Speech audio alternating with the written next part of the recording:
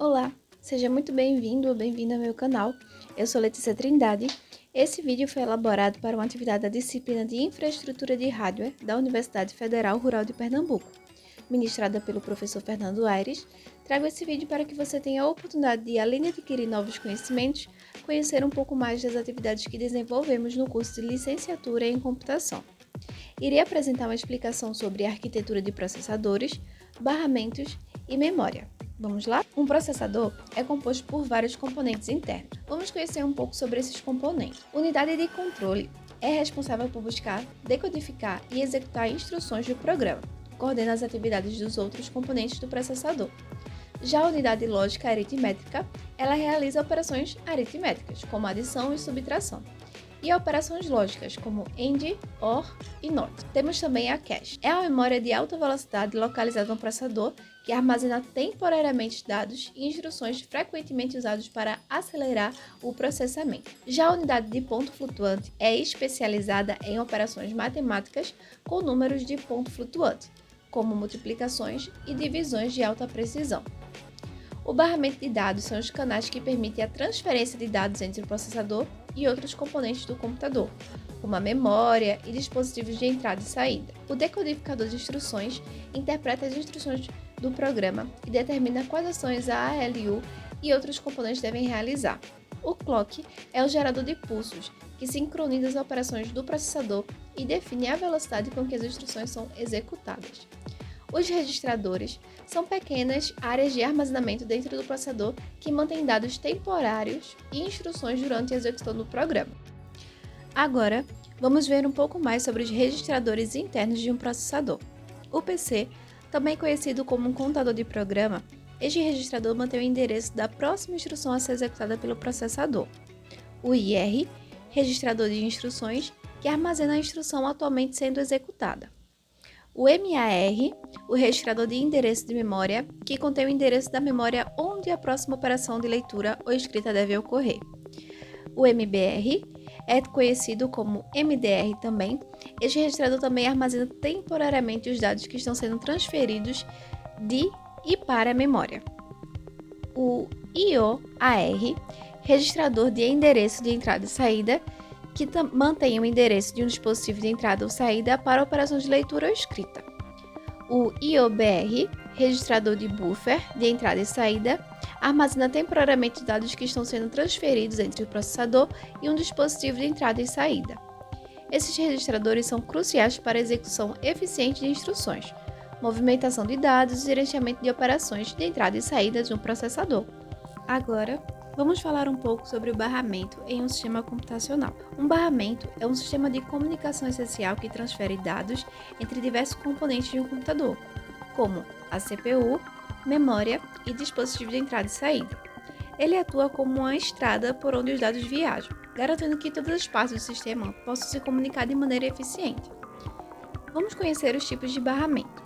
Temos o barramento de dados, que transfere os dados entre os componentes do computador. Ele é responsável por mover informações como valores numéricos e instruções de um componente para o outro. O barramento de endereço, ele transporta os endereços de memória dos dados que estão sendo acessados. Ele permite que o CPU indique onde os dados devem ser lidos ou escritos na memória.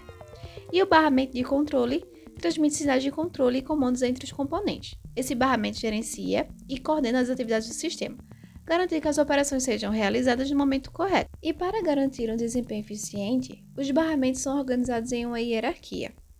Frontside Bus, ou FSB, este é o barramento principal que conecta a CPU ao chipset da placa-mãe, que, por sua vez, se conecta à memória RAM e outros dispositivos.